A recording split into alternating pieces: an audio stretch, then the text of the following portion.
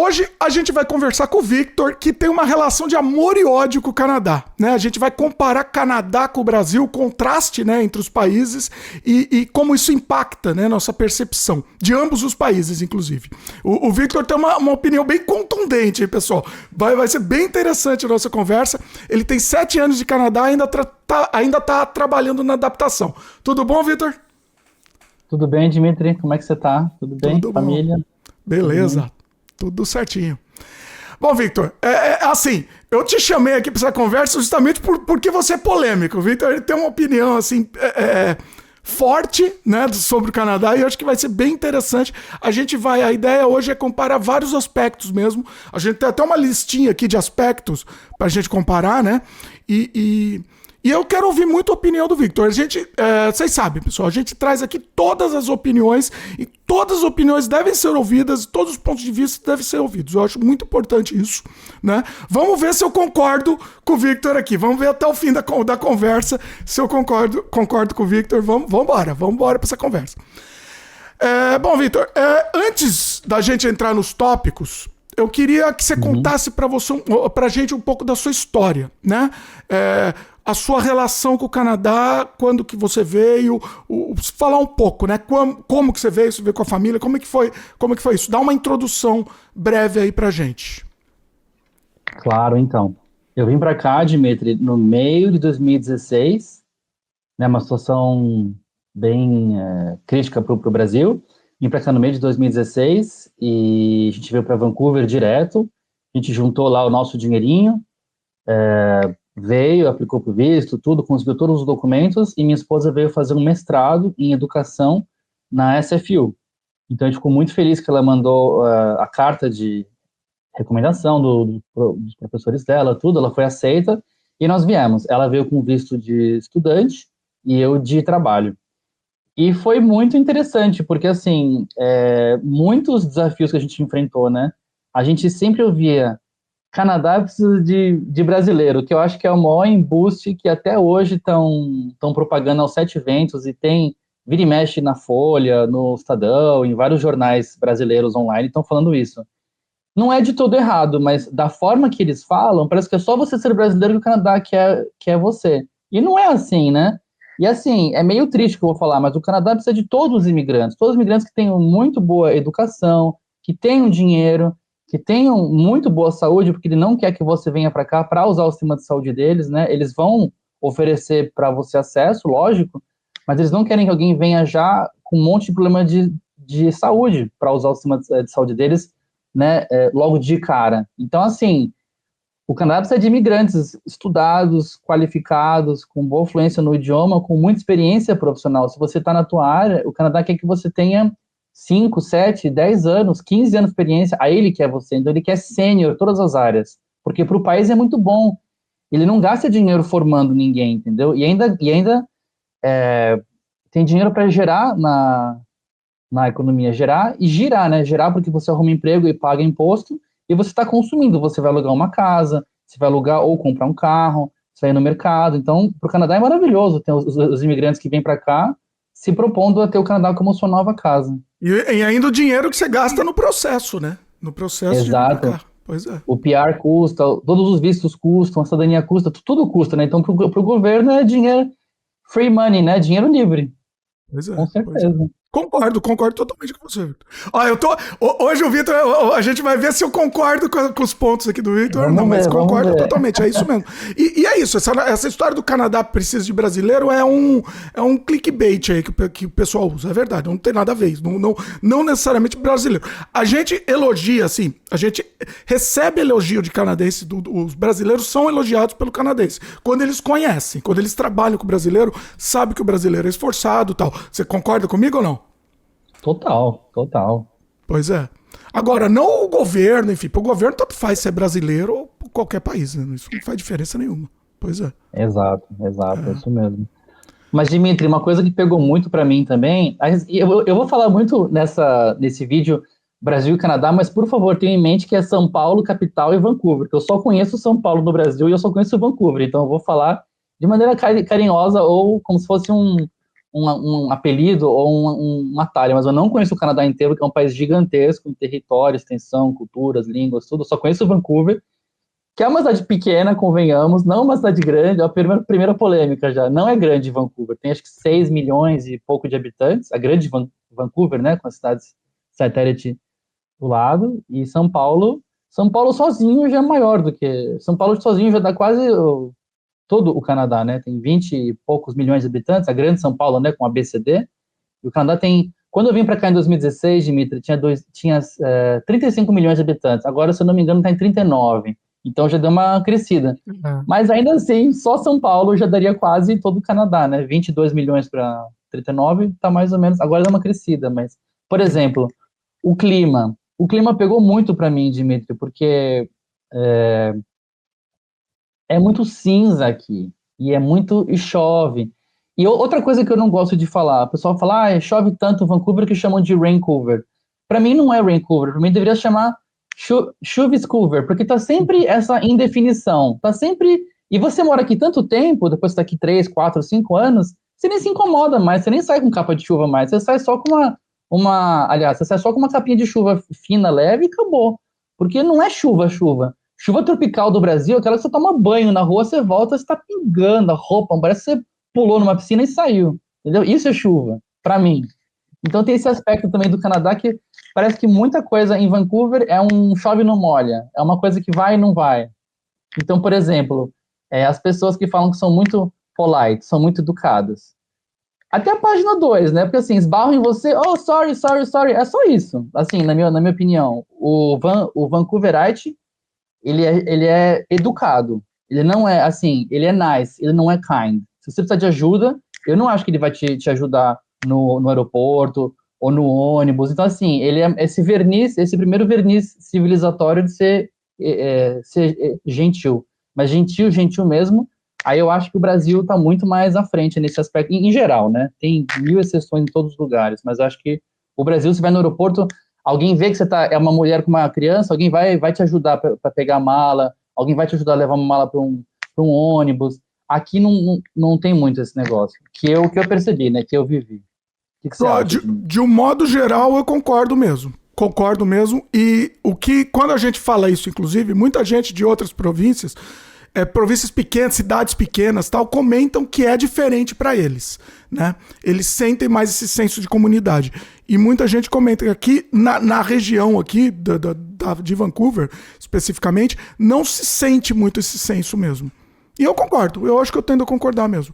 Obviamente que, assim, a gente tá generalizando, existem exceções, mas de um modo geral é isso. Sim. É isso, cada um vive na sua bolha e é isso. Eu já fiz vídeo, inclusive, que uma criança perdida, a gente encontrou uma criança perdida no parquinho, tava chorando por, sei lá, 10 minutos, a criança, 15 minutos, sei lá, e assim, as pessoas do lado, ninguém fazia nada. Então, tanto é que a gente ficou um tempo olhando, pra ver, não, essas pessoas devem ser família, né? Deve ser família da criança. E não eram, e fingia que não olhava pra trás.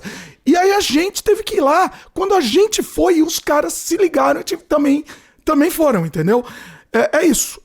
Falta um pouco desse comprometimento social aí, de sociedade aí, vamos dizer. Né? Mas é educado, é isso que você falou, é educado. Tem essa capa de educação. Você não vai ser maltratado, isso não vai. Pois é. E isso me leva para uma outra coisa também, Dimitri, que eu fico muito revoltado, eu particularmente, né, também, eu não sei se é a minha bolha do meu bairro que eu cresci com os meus pais, morando num bairro vizinho do Paraíso, em São Paulo, e classe média, sei lá, eu tive muito privilégio, eu reconheço tudo isso, eu reconheço. Mas, por exemplo, é muito curioso, porque no Brasil, até onde eu entendo, eu e você, nós somos brancos no Brasil. E você chega no Canadá, é como se fosse um grupo que seria um grupo opressor, em pouquíssimas palavras, um grupo que tem privilégios e, de certa forma, oprime os outros. E você vem para cá, é como se nós fôssemos para um grupo que deixa de ser opressor e passa a ser oprimido. A gente é Latin America, né? Latino-americano, que é um termo que eu, particularmente, eu odeio, eu abomino, eu acho que não representa, porque tem muitos estudos que falam que o termo foi cunhado por Napoleão, que ele queria pegar muitos territórios da América Central e Sul, e tinha muito o predomínio dos ingleses, né? Então ele começou a cunhar América Latina para frisar os laços latinos de França e Espanha, mas no final, até onde eu entendo, ficou muito assimilado com a cultura espanhola e hispânica. E o Brasil é um país muito particular, né? Porque nós estamos cercados, todos os países que falam espanhol, e nós não falamos espanhol, mas tem muita coisa que eu acho que mistura, tem muito esse overlap, mas eu não me considero um latino-americano. Podem me destroçar nos comentários, falar que eu sou revoltado, que Vai eu ser nego, cancelada, tá? né? Vão te cancelar. Mas eu não vejo isso. E, Dimitri, saiu até na BBC um estudo recente falando que os Estados Unidos, que eu acho que foi um país que reforçou muito esse termo, né? Esse construto social, que é uma coisa que foi artificial, não uma coisa que é natural, foi uma coisa imposta, esse termo e essa ideia. Eles falaram que no censo americano, muitos brasileiros não são também categorizados como latino-americanos, são brancos, alguma outra coisa. Como assim? Latinos, ele que. Você está falando, se denomina, autodenomina ou não? Ou eles mesmo, o governo mesmo denomina eles? Os dois. Os brasileiros não se identificam como latinos, os que moram nos Estados Unidos, muitos deles, e os próprios americanos não consideram os brasileiros como latinos, que eles ligam mais com cultura ligada a países espanhóis e hispânicos, o que eu acho que faz mais sentido. Mas, enfim, não é de maneira nenhuma para ofender ninguém, mas, assim, eu não acho que o Brasil...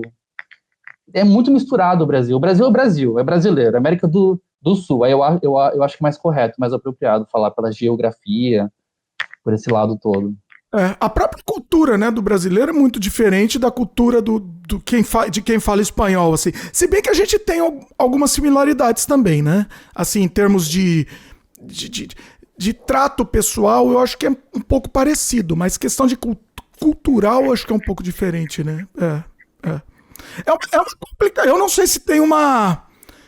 Não existe um consenso, acho, né? Nesse caso. Eu acho que é... Tá. Eu também acho estranho. No começo também achava meio estranho, mas hoje em dia até meio que acostumei. Não sei se eu comprei essa narrativa, acho que eu acabei comprando. Não sei. Mas... É porque é muito estranho, Dimitri. Vamos pensar junto um certo raciocínio, se é que eu consigo fazer esse exemplo. Por exemplo, você tem 2 pais chineses que saem da China e tem um filho no Brasil. Ele vai ser um filho brasileiro, filho de um casal chinês. Você tem 2 pais franceses que têm filhos no Brasil. De acordo com as regras dos Estados Unidos e dos americanos, apenas filhos de 2 pais europeus que nascem nos Estados Unidos são considerados brancos. Então, por exemplo, se você tem um casal de franceses que tem um filho nos Estados Unidos, aí a criança é branca, né? Se os pais forem brancos, caucasianos, sei lá, espero que não seja uma coisa muito polêmica que eu tô falando. Não, mas você tem 2 pais franceses e tem um filho no Brasil, ele já não é considerado branco, ele é considerado qualquer outra coisa. Então eu acho estranho, porque todos os países do mundo consideram, né? Aí tem aquela coisa de ser jus-sanguis ou jus-solis, né? Se é pelo laço consanguíneo dos pais ou o país que a criança nasce. Mas por que só os Estados Unidos mudou isso, né? É muito estranho. Por que só essa regrinha? Então, assim... É muito esquisito. Eu não, enfim, é uma coisa minha pessoal que eu não aceito, eu não compro. Minha opinião, como você diz, né? Eu trago isso pros meus filhos, por exemplo. Eles nasceram aqui no Canadá. Assim, eles são canadenses, né? Eu não sei como que o governo considera eles. Não saberia dizer. Não sei mesmo, desinformação mesmo, não sei. Eu acredito, chutando aqui, que eles se consideram como canadense e ponto. Eles, né? Agora... A gente considera eles brasileiros e canadenses. A gente, como pais. Sim, né? Claro, pela então, cultura, né? Pelo convívio, idioma. Sim. É complicado isso, é complicado. Comenta aí, pessoal. Comenta aí, porque eu não tenho opinião. Sinceramente, não tenho... Eu tenho dúvidas sobre isso mesmo. Agora, esse lance do estadunidense, a gente sabe que tá também muito atrelado com racismo também. Óbvio, também tá. Né? A questão da cultura... estadunidense, separar, né? Enfim, é complicado. Bom, Victor, que mais? Vai lá, puxa aí, que mais que pontos aí? Então, Dimitri, outra coisa que eu achei assim, por exemplo, eu percebi que minha aceitação no Canadá em geral, especialmente sobre trabalho, arrumar emprego, é um país que, de novo, né, o Vancouver é uma cidade muito interessante no aspecto de emprego, porque tem muito emprego para quem é sênior, quem é qualificado e quem está nessas indústrias mais ligadas com TI, tecnologia, marketing, as coisas que estão, as indústrias que estão mais quentes, ou os roles, né, os cargos estão mais em voga. Mas eu percebo muito, Dimitri, por exemplo, que eu comecei a pegar bons empregos quando eu comecei a entender as regras de você falar pelo telefone, de você ter um inglês razoavelmente bom, assim. E eu acho que meu inglês é fluente, mas eu sinto uma certa diferença entre quem é nativo e quem é fluente. Eu tive casos de pessoas muito próximas a mim, Dimitri, que foram negadas empregos, essa pessoa não teve acesso ao emprego porque era mais ligado com treinamento, educação, informação de material para você treinar pessoal, fazer onboarding, treinar coisas em geral, porque o inglês dela era fluente, era muito bom, mas tinha o sotaque brasileiro. Dá pra pegar o nosso sotaque? Não tem como. Todos os povos que Sim. não têm o inglês como idioma nativo, você tem um sotaque, né? Só que o sotaque francês, alemão, britânico, eles adoram, eles amam, né? Porque é colônia desses países. E outros países já não é muito desejado. Então, assim, o canadense tem um preconceito, tem um certo racismo, só que ele sabe que é feio isso, então ele meio que tem essa autoconsciência, ele não demonstra muito. Então eles percebem que, opa, como que eu vou perguntar para esse imigrante de onde ele é, sem ter uma pergunta ofensiva? Então eles falam, qual é a sua língua mãe? Qual é a sua língua mãe? Tu tá lá do país que você nasceu, só que eles nunca perguntam de que país que você é, porque eles sabem que é um pouco rude, né, um pouco ofensivo. E puxa para outra coisa também, Dimitri, essa comunicação indireta. Meu pai amado, eu sofri muito com isso, porque, por exemplo, nos meus primeiros empregos aqui no Canadá, né, eles chamam você para uma sala e eles querem meio que dar uma crítica, assim, né, querem meio que puxar a tua orelha. Mas o canadense, ele tem uma aversão violenta a conflito, a confronto, a peitar qualquer tipo de pessoa. Então, por exemplo, eu apelidei carinhosamente de crítica sanduíche, né, que tem o pão em cima, o pão embaixo e a carne. A carne é a crítica. Eles abrem com elogio, dão uma crítica bem por cima, por leve, bem rapidinho e fecham com elogio. Então, fala assim, pô, Victor, o time inteiro adora você, você faz um ótimo trabalho, mas, né, aí vão pra carne. Aquele relatório lá que você fez, a página 4 não tá maravilhoso, mas, nossa, mas o time adora você. Aí você vai lá, inocente, ingênuo, e fala, puta, tô fazendo um ótimo trabalho, né? Então, você acha que vai ser promovido, e como aconteceu comigo, você vai ser demitido, né? Porque não é... Te Porque demitiram? porque eu era Eita. contractor também, né? Tava bem no começo, bem pegando o jeito e tal. Era um emprego bem temporário, assim que fala, né? Emprego temporário. Mas assim, você não saca as coisas, né? Porque eles não falam Caramba. na cara. Fala, Vitor, ó, A, B e C está indo bem, continua. C, D e F não tá muito legal. Dá um tapa, tal, muda. Então, assim, eles não falam as coisas diretamente, né? Então tem muita. E eu dei muitos passos para trás, Dimitri, que hoje eu não daria. Eu teria aplicado para empregos mais ligados com com meu nível de trabalho, com minha experiência, com minha senioridade e tudo. Eu dei muitos passos para trás. E isso eu acho que é outro mito, outra lenda que o brasileiro faz quando vem para cá. Porque, por exemplo, pelo amor de Deus, gente, todo trabalho é digno, todo trabalho é honrado.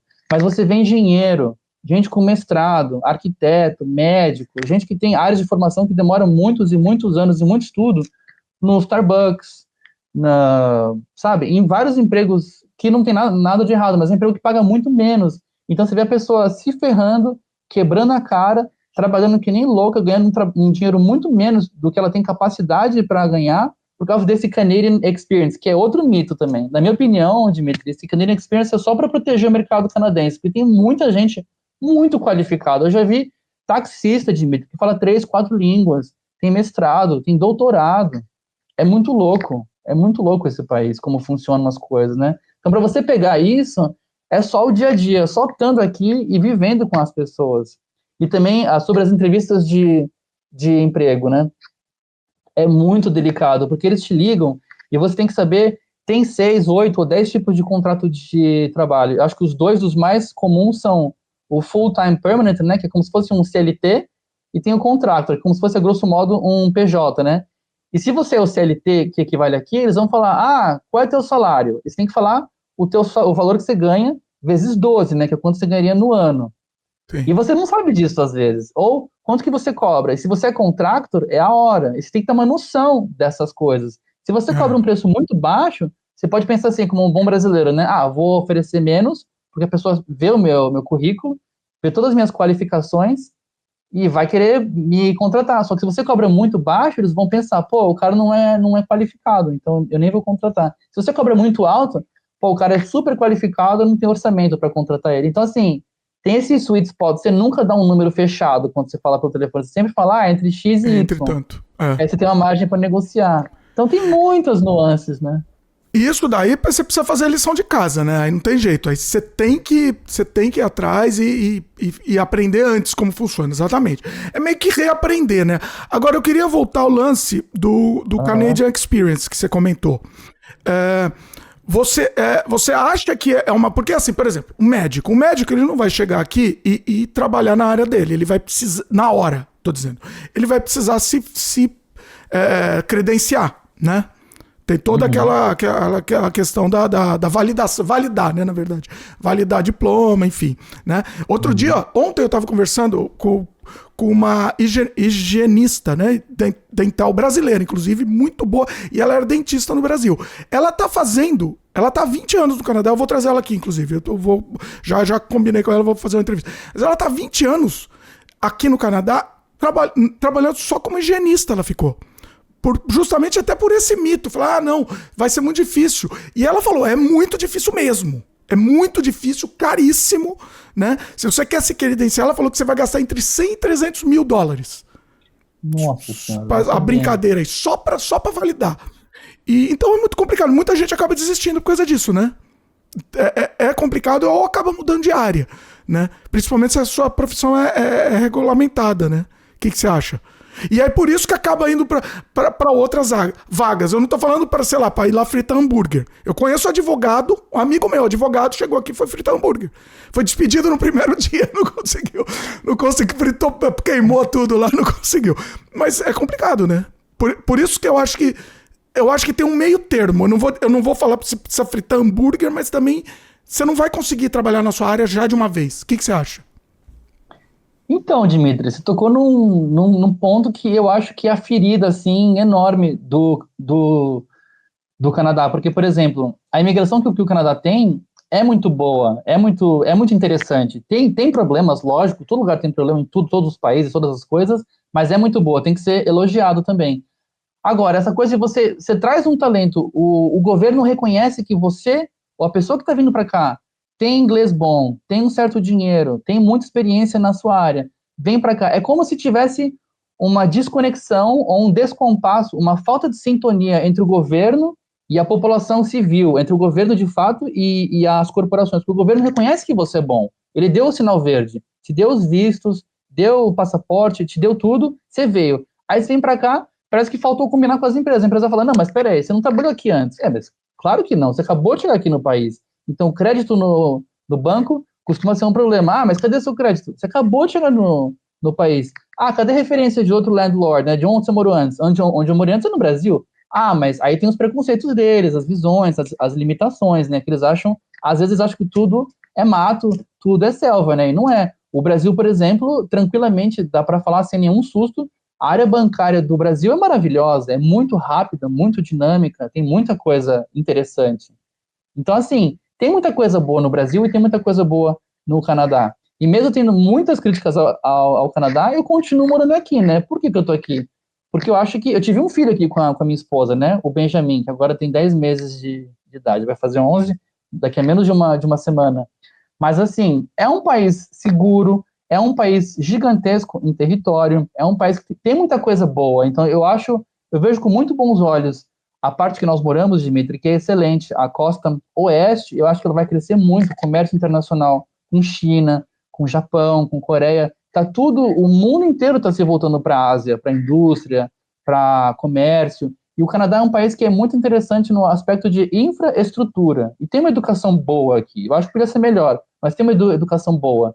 E o sistema de saúde, eu tenho violentíssimas críticas a ele, mas eu acho que por mais que a gente tenha críticas, não tem que ser privatizado e não tem que ser desmontado, tem que ser aperfeiçoado. Tem que ter mais dinheiro, mais funding e tem que ser mais vigiado, tanto pelo poder público quanto pela população. É que nem o Brasil. Que coisa que está ruim lá, põe o povo para fiscalizar que a coisa fica boa. Aqui é igualzinho. Vamos, já que eu vejo assim. Não, concordo com você. A gente, já que você tocou no sistema de saúde, vamos para esse. Vamos tirar esse elefante da sala aqui. Só para fechar o lance, então, da Canadian Experience, eu concordo com você também. Eu acho que o problema maior está no governo. E, por exemplo, não tem médico. Só que o médico, eles dificultam ao máximo o médico estrangeiro poder trabalhar. Eles fazem de tudo para dificultar. Então, assim, óbvio que não vai ter médico, né? Então tá dentro, inclusive, do sistema de saúde falho, justamente, né? É uma bola de neve. Não tem médico porque eles dificultam e o sistema fica ruim. Mas vai lá, quero a sua opinião. Vai lá, sistema de saúde. Ai, Dimitri, desculpa, você falou é verdade. Eu totalmente perdi a linha do raciocínio, mas era para falar sobre as profissões, né? O corpo humano é igual no mundo inteiro, né? Lógico, sim.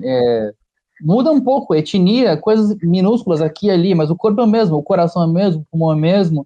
Então, assim, é muito louco que eles protejam o país de uma forma que penaliza quem são os imigrantes que são super competentes. Então, se tem um indiano que tem PhD, tem mestrado, é excelente em cirurgia do coração, ele vem para cá, gente, pelo amor de Deus, lógico, tem as regras canadenses, teria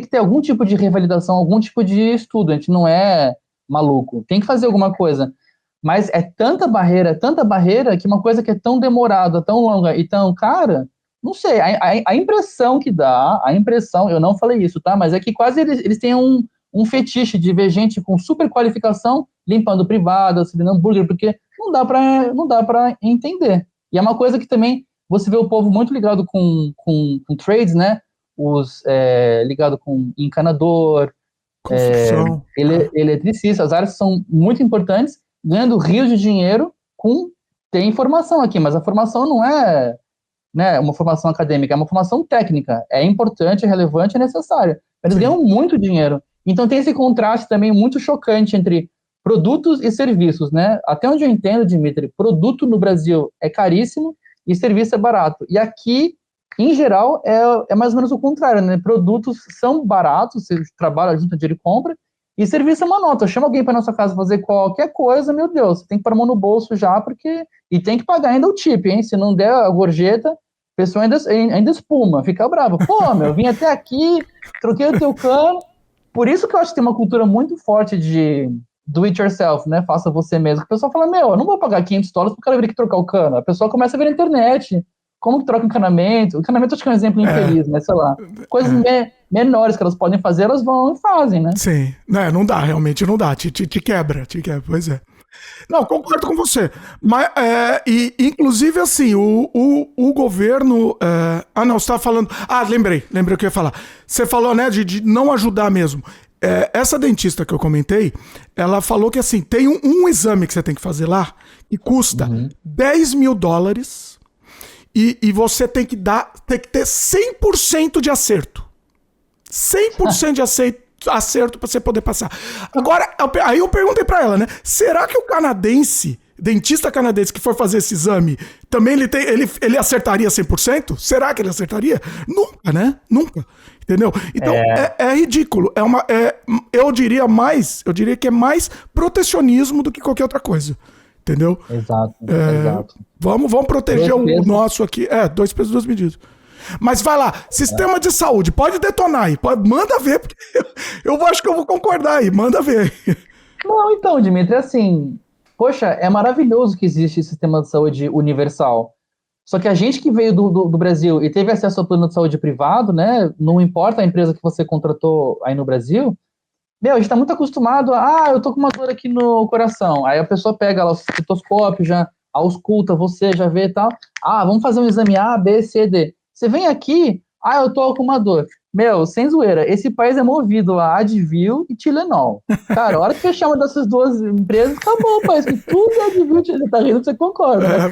E, gente, tem que fazer um pouco mais de exame. Então, assim, eu acho que eles se preocupam quando a pessoa tá morrendo, assim. Se tem um crocodilo que morde a tua perna, o crocodilo tá na tua perna, mordendo, tá saindo sangue, e você leva o crocodilo pro hospital, aí eles, ok, vai, deixa furar fila, chega aí. Ou você tem um machado, alguém tenta te assassinar e fica preso aqui no teu ombro, e o machado tá lá, e tá saindo sangue, pingando, jorrando, que nem um filme B de terror, aí eles atendem você. Mas se é tipo, a gente não consegue ver nada, teria que fazer um raio-x, um MRI, uma ressonância, eles não fazem. Então, assim, Se o Canadá mudasse para uma medicina mais preventiva, que previne a pessoa ficar doente, faz tudo para não adoecer, não ter que usar o sistema de saúde, com coisas, 1000 tipos de medicina, tratamentos, remédios diversos, eu acho que o país ia se beneficiar muito, porque todo mundo ia viver mais, ia estar mais saudável e usar menos sistema de saúde. Eles iam economizar. É porque é burrice. Não tem outra palavra. É burrice, porque eles iam economizar na saúde, né? Pois é. Exatamente. E se eu fosse primeiro-ministro do Canadá, eu ia taxar loucamente bebida alcoólica, cigarro. Mas aí já começa a tocar num ponto que eu sou muito contra as drogas, né? E droga aqui é meio que legalizado, liberado, ou pelo menos não é criminalizado. Não é caso de polícia, é caso de saúde pública. O que é interessante. Mas, poxa, eu tenho um filho bem pequeno, né? Você fica pensando, poxa, e aí, né? E se a criança for lá, pega o RG ou o CPF, leva um dinheiro e compra lá na loja. Eu não sei os critérios para comprar maconha, que eu nunca comprei. Mas é muito mais fácil do que no Brasil, né, em geral. Então, assim, tem muitos pontos a se considerar, né? É um país muito bom, tem muita coisa boa, mas essa parte de droga, Dimitri, é muito séria, porque, por exemplo, quando você vai lá na East Hastings, né, que é a nossa querida Cracolândia, né, aqui do Canadá, é uma coisa muito triste. As pessoas estão completamente abandonadas pelo Estado. E aí você vê que eles marginalizam muito pobre, de todo tipo, imigrante ou canadense. Eles marginalizam muito os indígenas, que são os First Nations, as nações originárias, que é uma vergonha, né? Eles deveriam cuidar muito melhor deles. E dar assistência, dar dinheiro, cuidar. E aí toca num ponto que eu acho que é um dos pontos nevrálgicos do Canadá, que é housing, que é a habitação, que tá tudo louco. Não faz sentido, Dimitri. Um país grande que nem o nosso tem espaço para crescer por pelo menos 20 anos, 5, 10, 15% ao ano, todo ano por 20 anos, está com preço de imóvel de Japão, Coreia do Sul, países são países muito pequenos, que não tem para onde crescer. Você consegue entender. O Japão, até onde eu entendo também, tem um amigo meu que morou lá, ele confirmou para mim, o Japão, quem mantém funcionando as grandes metrópoles japonesas é o japonês das pequenas cidades. Eles saem de todas as pequenas cidades e vão para as grandes cidades. Então, as pequenas cidades são todas vazias, tem casas vazias, abandonadas, com preços baratíssimos, porque ninguém quer morar lá, porque os empregos estão nas grandes capitais. Mas, o Canadá podia fazer tanta coisa que eu acho que não faz, podia investir tanto em indústria, canadense, fazer, não sei, focar muito mais do que apenas educação. Por mais que educação é uma coisa maravilhosa e muito importante. Tem muitos avanços que você vê que vem da Toronto University de Toronto, Dalhousie, que é mais pro lado de Halifax, de Calgary, que é lá na província de Alberta, a própria UBC, nossa, que também enche a gente de orgulho, tem muitas pesquisas, coisas, tem que fazer parte de educação. Mas, sabe, um país tão grande, Dimitri, ser tão desindustrializado, na minha opinião, é de partir o coração, é uma pena. Parece que todo mundo quer viver de ter casa e comprar aluguel, que não é um crime, não tem que ser endemoniado. Mas, assim, só isso, um país tão grande, dá para fazer tanta coisa. Tem. A questão da habitação não é só Vancouver, não. O Canadá inteiro tá tendo. Tudo bem, você vai lá pro interior, você consegue lugar mais barato, algumas províncias, a gente sempre fala aqui, mas de um modo geral, tá tudo muito caro. Era para ser muito mais barato. Não faz sentido mesmo isso, né? Você falou, comparado ao Japão. No Japão é isso, né? No Japão ela não vale nada, porque a casa não tem valor. A parede aqui não tem valor, na verdade, né? E nem a terra também, né? A terra lá acho que não é sua, tem um lance assim também. Eu vi algumas coisas falando isso. Por isso que não vale nada, mas aqui é isso, é especulação. Aqui é especulação mesmo. E tem pouca gente também, custa caro para construir, né? Também tem isso. Aí volta pros trades que você falou, né? E é essa retroalimentação do problema. E aí inflaciona tudo, né? O problema é que eu acho que o governo canadense, ele investe dinheiro, ele lucra dinheiro com habitação, o que eu acho que é mais ou menos, não é ilegal, mas deveria ser no mínimo imoral, porque ele está abrindo as portas do Canadá, que é um país maravilhoso, para vir 500 mil, sei lá quantos, vem imigrante que não tem fim, e onde esse pessoal vai morar? Parece que tipo, depois a gente vê. Puxa uma cama lá, um sofá-cama e dorme lá. Não é assim, sabe? É um país enorme. Então tem que investir em saúde, educação, transporte. Então parece uma coisa meio assim, meio mau caráter. Deixar a pessoa vir para cá. Eu sinto que eles vendem o Canadá um pouco melhor do que é. Não que é um país ruim, é um país maravilhoso, um país muito bom. Eles podiam falar que, olha, você vai ter dificuldade com o emprego, você tem que ter 1000 formas de se recolocar. Você vai ter que ter dinheiro para 6 meses, 1 ano, 2 anos, porque o pessoal não entende, Dimitri. Eu demorei muito para entender. Cover letter é uma coisa terrível. Para que você faz uma cover letter? É uma carta de namoro para você chavecar uma empresa. Você tem que gastar um tempo enorme para dizer que você quer aquela empresa. É uma carta que você escreve para uma única empresa, para um único emprego. Então você gasta meia hora, 1 hora, só para fazer uma cover letter, para a empresa ver que você realmente quer aquele emprego. Aí você tem que estudar sobre a empresa, falar qual é a indústria, quais são os competidores. Então gasta muito tempo. E um currículo só mandar para todo mundo, esquece, já está fazendo tudo errado. Você tem que pegar o teu currículo e adaptar com a vaga. Então, assim, são coisas que demoram muito tempo para você entender, para você aprender. E no começo eu ligava para as pessoas para procurar emprego, tive muita sorte, fui muito feliz de arrumar um emprego rápido, fácil aqui, aquele primeiro emprego, depois o resultado vocês já sabem, mas assim, depois para você mudar de emprego, ninguém te ensina, porque, por exemplo, você está num emprego, você é um brasileiro, normal, saudável, você quer causar uma boa impressão, você quer ser bem visto, você quer ser promovido, você quer ficar com segurança no seu trabalho. O que você vai querer pensar? Eu, como um bom paulistano, puta, vou trabalhar aqui que nem louco, que nem um débil mental e mostrar serviço, para o pessoal falar, pô, podemos contar com o Victor, ele é um bom trabalhador. E o pessoal me vê com maus olhos. Pô, ele chegou aqui 9 horas da manhã, tá aqui até 6h30. Ele não é eficiente, ele não faz bem o trabalho dele. Então eles vêm tudo trocado. Numa entrevista de emprego, você quer causar uma boa impressão, você fala bastante. Aqui no Canadá, em Vancouver, se você falar muito, você tá enrolando. Eles vêm assim. Então você não pode falar muito. Victor, o que é tal, tal, tal? Tal, tal, tal, é isso, aquilo. Tem alguma pergunta? Se a pessoa tem, ele pergunta. Ah, você pode expandir um pouco mais? Aí você fala um pouco mais. Então, tem muita nuance. É coisa que não tá nos livros. É vivendo aqui. É estando aqui para ver. Você tem que se preparar. E é verdade. Esse lance do emprego, a gente sempre fala aqui, não tem jeito. Se você chegar para uma entrevista de emprego sem se preparar, a não ser que você dê muita sorte, se você já seja muito bom, seu currículo já seja muito bom. Se o seu currículo não estiver preparado especificamente, já se queima, né? Eu vou até fazer jabá aqui, Vitor. Tem meu curso de currículo aqui, vou fazer jabá porque é importante. Muita gente tem elogiado, porque não tem jeito, você tem que se preparar mesmo, não tem jeito. O lance da cover letter realmente é verdade, é isso, essa carta de amor. E eu sempre conto que eu consegui meu emprego, um trabalho meu aqui na Ubisoft, que eu sempre quis, porque eles falaram, a gente contratou você porque você demonstrou amor à empresa, você demonstrou que você tinha vontade de trabalhar. Eles sempre falavam isso, entendeu? Você foi o que mais demonstrou que queria. Então é isso, acho que você precisa ter garra, assim, né? Você precisa mostrar a garra. E no bom sentido, mostrar a garra no bom sentido. Mas é isso, você tem que se preparar, fazer a lição de casa mesmo, estudar a empresa antes, ver pergunta para fazer sobre a empresa, né? Tá curioso, legitimamente curioso sobre a empresa. Eu concordo 100% com você, 100%, mas eu não diria que isso necessariamente é um problema, Vitor. Vê meu ponto de vista. Pode discordar, tá? Que estamos aqui para discordar. Não, tudo bem, não tem problema. Eu não sou de conflito. Não, mas discordar que é numa boa, que eu acho que é legal a gente... mas eu acho que isso não necessariamente é ruim. Isso é uma forma diferente, mas não necessariamente ruim. Então, se, por exemplo, de falar de ficar demais também no emprego, eu acho que esse é um problema nosso brasileiro. Eu inverto aí o problema.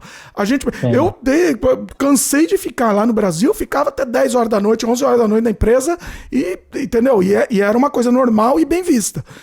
E aqui é o contrário. Mas eu acho que isso é um problema nosso. Eu acho que a gente tem que se desligar, let it go, entendeu?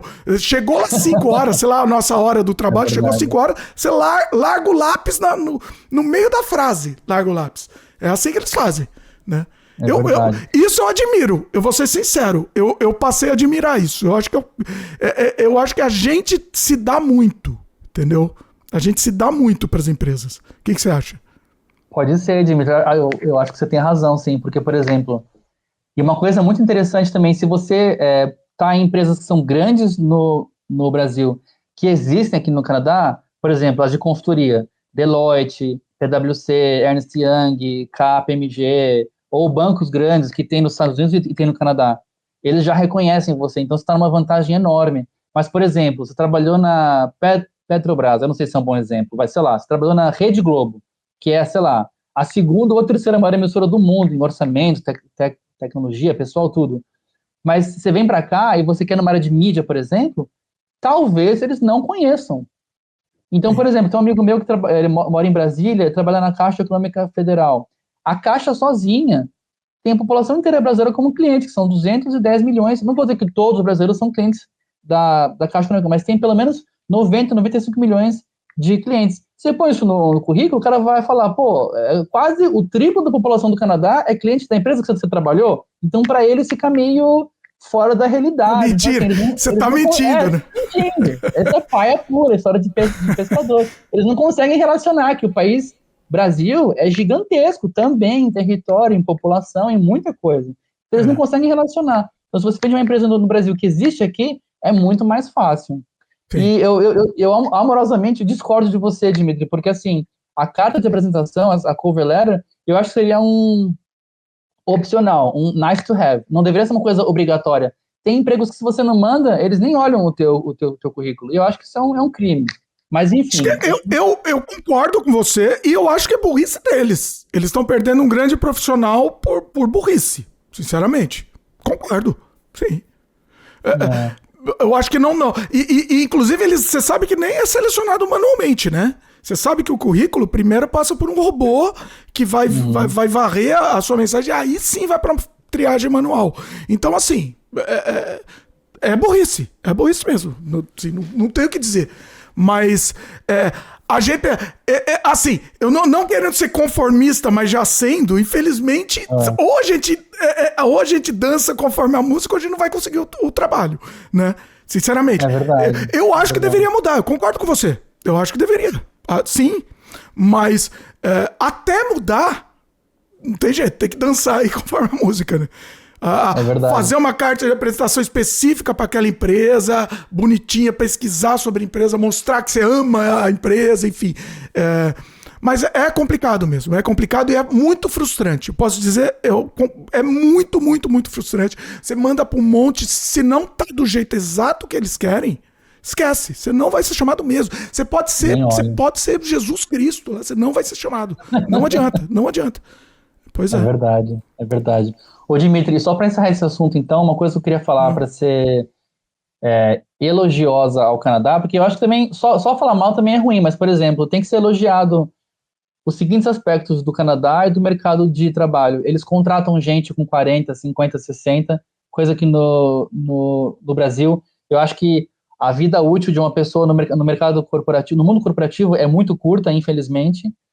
E eu acho que é um contrassenso nós brasileiros fazermos isso, porque a pessoa tá madura com 10, 15, 20 anos de trabalho. E você não consegue isso tendo 30 anos de idade e 20 anos. Você tem 40, 50, 60. Então o Canadá, ele não tem esse etarismo, de certa forma, para muitas áreas. Isso eu acho muito positivo.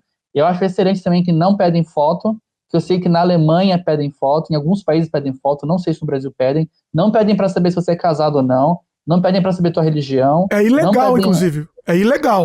Então, isso é maravilhoso. Eu acho que isso o Canadá podia exportar para o Brasil e para o mundo, que isso é uma coisa muito positiva. Muito boa. E o que mais? Sobre você a saúde, falando, né? Não pede... desculpa te interromper. O pessoal às vezes fala que interrompe. Pessoal, é um bate-papo. Você tá falando, não mostra foto, religião, o que mais? Você ia falar mais alguma coisa que não pede? Foto, religião, idade, se você tem filhos ou não, nada disso importa para o seu trabalho. Se você tem um currículo, mostra lá que você fez as coisas, é isso que importa. Pergunta sobre o que você fez, o que você não fez, mostra lá um portfólio, os seus projetos, tudo, explica os problemas, como você resolveu, e é isso que vale. Não importa se você é hétero, gay, homo, tem nada a ver, a sua sexualidade não tem nada a ver com sua competência profissional. E isso é uma coisa também que tem que ser muito elogiada aqui no Canadá, é um dos países mais seguros para transexual, transgênero. Isso é uma coisa que tem que ser elogiada muito, porque as pessoas elas não escolhem nascer com a sexualidade que elas têm, elas escolhem como elas são.